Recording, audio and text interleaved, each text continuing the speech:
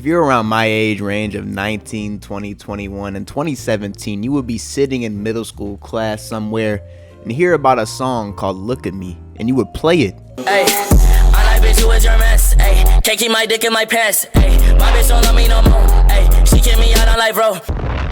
Then you would see this light-skinned dude posing for a mugshot with yellow and black dreads, and you're like, who the fuck is this? Or you would see the white kid with a blunt coming out of his nose, which I don't know where that picture originated from, but I'm pretty sure you ran that song right back. Hey, I like bitch, you was your mess. Hey, can't keep my dick in my pants. Hey, my bitch don't love me no more. Now you're hooked. Now you start looking and find more music from this guy. Funny thing is, this song Look at Me was released back in 2015 and had millions of plays on SoundCloud, but it wasn't mainstream at all. But it was popular in the underground scene, so the next year, 2016, in April, he would go on No Jumper, which Adam 22, the owner of No Jumper, would be managing X, months down the line, because X would go to jail that year in October. So October 8th, 2016, we would get the most famous mugshot of all time, him and like Pablo Escobar, obviously, but one of them, and this would really start X's career. I like bitch, you was your mess. Ay, can't keep my dick in my pants. Ay, my bitch don't love me no more. Ay. Oh, there you go.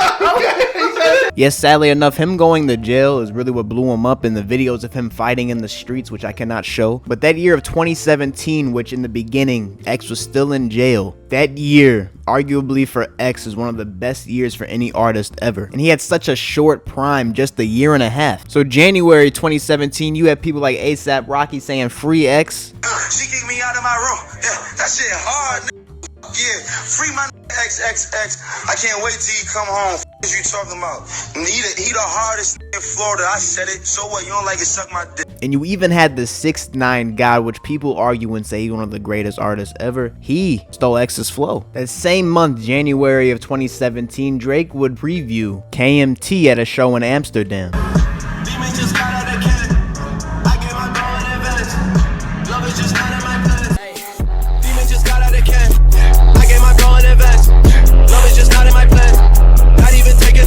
Can't keep my dick in my pants. I like bitch, you was your mess. Ay, can't keep my dick in my pants.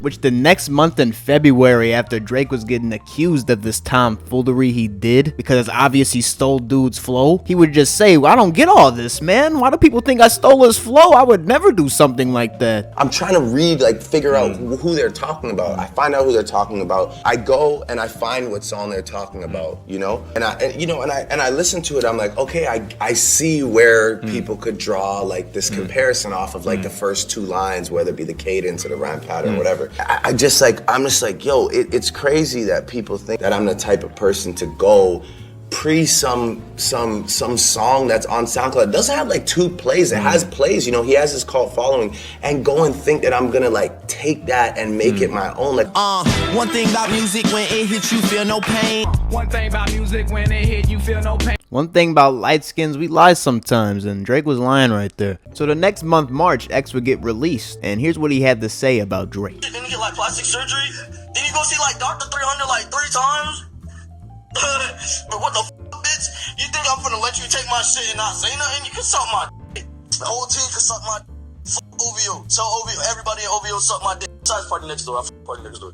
So after X got released, that song Look at Me would blow up to number 24 on the Billboard Top 100. Then we can flash forward to the summer of 2017, June, XXL Cypher, X would do that. Then that same summer in August, he would release his first ever album, which debuted at number 2 on the Billboard Top 100, the album 17, which had the song Fuck Love with Trippie Redd, which is a certified diamond hit now. And that song would even get a co-sign by Kendrick Lamar. So at this point, X was a certified star, competing with people like Uzi, Playboy Cardi. Obviously, Trippie Redd was a big name at the time. All the SoundCloud rappers, he was the top of the top. So you know what I mean? From this side to that side, I need you to turn the fuck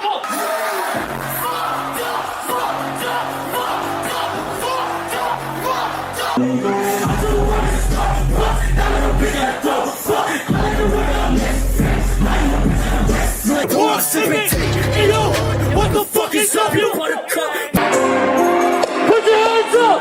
Put your hands up! He had rap fans in the grasp of his hands, but not only just rap fans, he was so versatile. But sadly, June 18th, 2018, while shopping for a motorcycle with $50,000 cash in a Louis bag, he was getting stalked like some prey.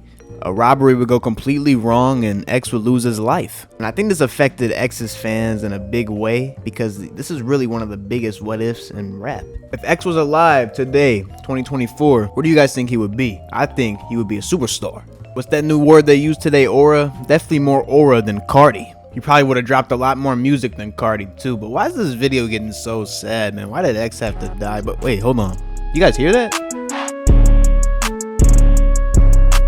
Damn, do I miss 2017. Fuck a beat, I was tryna beat a case, but I ain't beat that case, bitch, I did the race. Tay-K, who took place in a robbery gone wrong that ended in someone losing their life, did the race. You know, the song explains itself, and you know what's funny about the song that's sitting at over 250 million views to this day? The same day the song got released, June 30th, 2017, Tay-K was picked up by U.S. Texas Marshals. They don't fucking play down there. This ain't New Orleans, Detroit, St. Louis, fucking Memphis, to where you can get away with murders. No, this is Texas, bro. And yeah, he tried doing the race in Texas and completely failed at it. But if we talk about Tay-K's music, bro, he was ahead of his time. Like, let's take the murders out of the equation real quick. I know I feel bad. I'm sorry, you know what I'm saying? But let's talk about the music aspect of Tay-K. He was up there.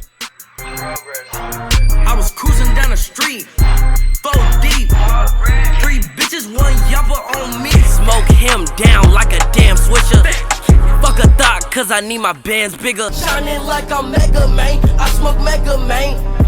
Try to play me like a pussy nigga and it won't work. Chopper with the stock, it's gon' kick, but it won't hurt. I mean, I basically showed you his full catalog right there. He doesn't really have much songs, but Santana will be released while he was in jail, you know, awaiting his trial. And he really has one of the greatest stories in rap. On the run for 3 months from the police, you know what I'm saying? Releases this song, gets locked up. The song eventually goes platinum after the story gets out there. But these judges obviously didn't care about any of that because July 2019, Tay-K will receive 55 years and can't get out until 2075 and isn't eligible for parole until he finishes 30 years of his sentence. And it makes me ask this question: what if Tay-K didn't get 55 years and was out of prison right now today in 2024? Where would he be? But let's stay in the same year, 2017, and this isn't someone that went to prison and ruined their career. This is someone that put their listeners in prison by releasing shitty music. Now, do we call YBN Nahmir a one-hit wonder? Probably, but when Rubbing Off the Paint came out in 2017, it was one of the top songs of that year for sure.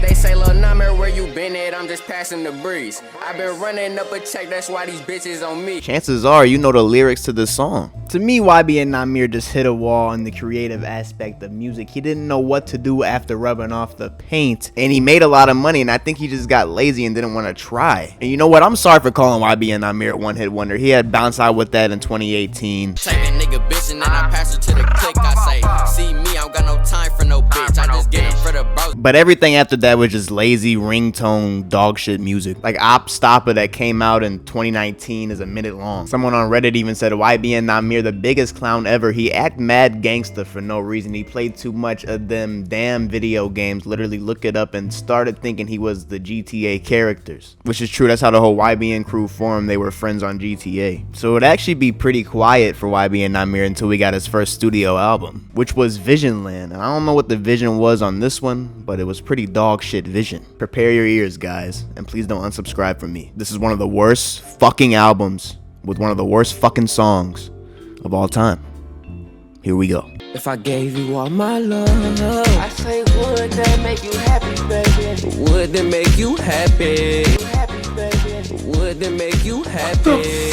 Soul Train coming out in 2021 on that Lazy Vision Land album where he puts Appa Stoppa, a song from 2019, on there, remixes it with 21 Savage, gets 30 million views, 40 million views on the song, and it's like, bro, that's just lazy as fuck. But yeah, that Soul Train really showed his fans what he's about. And nowadays, it's hard for him to pull more than 20,000 views on a song. So my question is, what if YBN Nahmir took his craft seriously and actually, you know, tried with the rap stuff? Where would he be at today? So as you guys know, the New York drill scene right now, it's pretty, I don't know how to like sugarcoat it. I'm not even gonna sugarcoat it. It's pretty ass. But in 2019, we had someone, you know, I would say the king in New York drill who made actual good music to me. R.I.P. to Wu, Pop Smoke. Blew up quick as fuck. But he had connections already before he even blew up, so that's why he blew up so quick. But his first song, NPR, dropped December of 2018. Then that year for him in 2019 was great.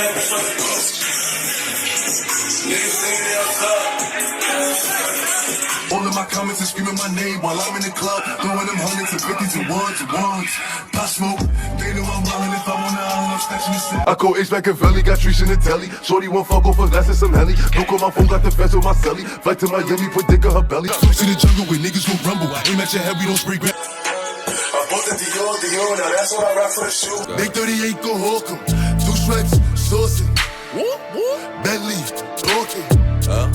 I think a little baby, if you turn on some Pop Smoke, they will start getting sturdy, bro. I'm not even playing. And all that you just heard, those are all songs from 2019, bro. He was on his way to the top, but unfortunately in 2020, in February, Pop Smoke would be out in LA shopping when he posted his location on his Instagram story. And of course, someone with nothing looking for something invaded Pop Smoke's Airbnb and shot him. Another robbery gone completely wrong in a city where he's not even from. Now, we're not going to talk too much about the killer. We're not going to, you know, give him any recognition, but he's out of jail right now and he's doing no jumper interviews and interviews on different platforms talking about that night and what happened, and these people are paying him to do this. But what if Pop Smoke didn't post his location and, you know, made his way back to New York to do his thing? Where would he be at today? I mean, people were comparing this guy to 50 Cent. Now, Juice WRLD, in my opinion, is one of the most talented artists that we've ever lost, ever. Let me be clear and say rap artist. I know people will probably get on my ass for saying that, but let's just be honest. Like, to sit there and freestyle for goddamn 2-3 hours and not fuck up,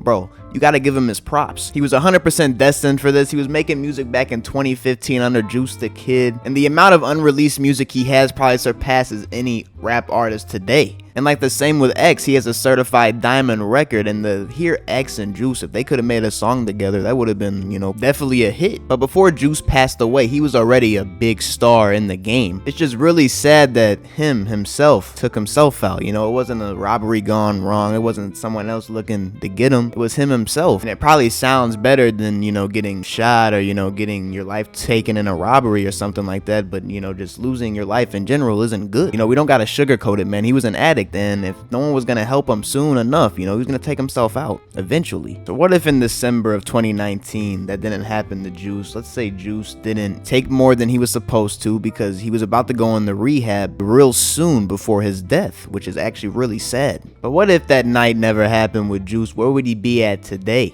Now, November 2018, a song by the name of Notice would hit the internet by a 16-year-old boy by the name of Lil Mosey. I got link and some 40 in my right car. Bitches change and act like I ain't know this. Yeah, that song has 300 million views to this day. An obvious star in the making. Then the next year, a song by the name Blueberry Faygo, I'm sure you guys have heard it, would leak, and this would put him in the stardom.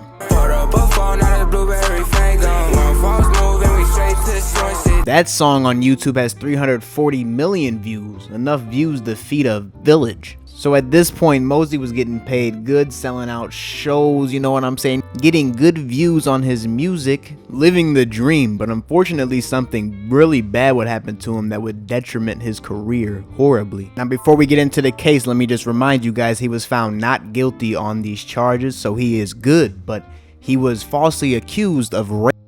The worst accusation a man can face when he's actually doing something in life, you know, successful. But in 2020, a girl would say that she was assaulted sexually at a party by Lil Mosey and was raped.